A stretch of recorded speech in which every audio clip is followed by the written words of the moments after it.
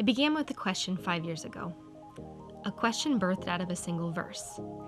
A king is not saved by the size of his army, we read. A warrior cannot escape through his great strength. But the eyes of the Lord are on those who fear him, and those whose hope is in his unfailing love. What if, we asked, in this city surrounded by large armies and powerful warriors, whichever way we turn, what if we dared to believe that real strength was in those who hoped in God's love? Well, then what would such a hope look like? Well, it would have to be birthed out of humility. It would be a hope gathered around its brokenness, not boasting in its fortune, career, or beauty, but rather this hope would boast in its scars. You don't have to have it all together, this hope would say, because God does.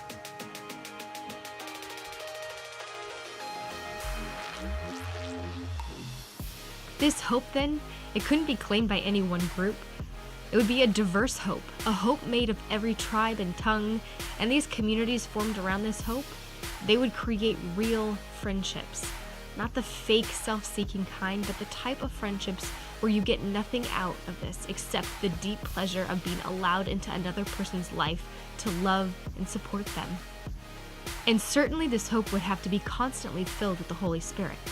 This hope could only exist if the Lord were giving His Spirit to the people who were seeking Him.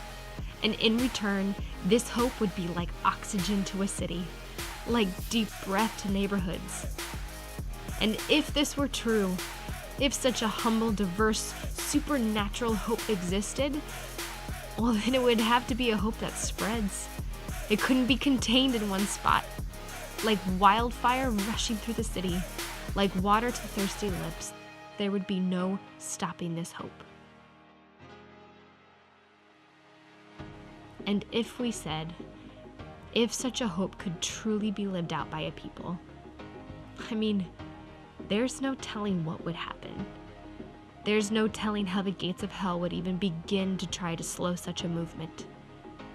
There's no telling what God would do next.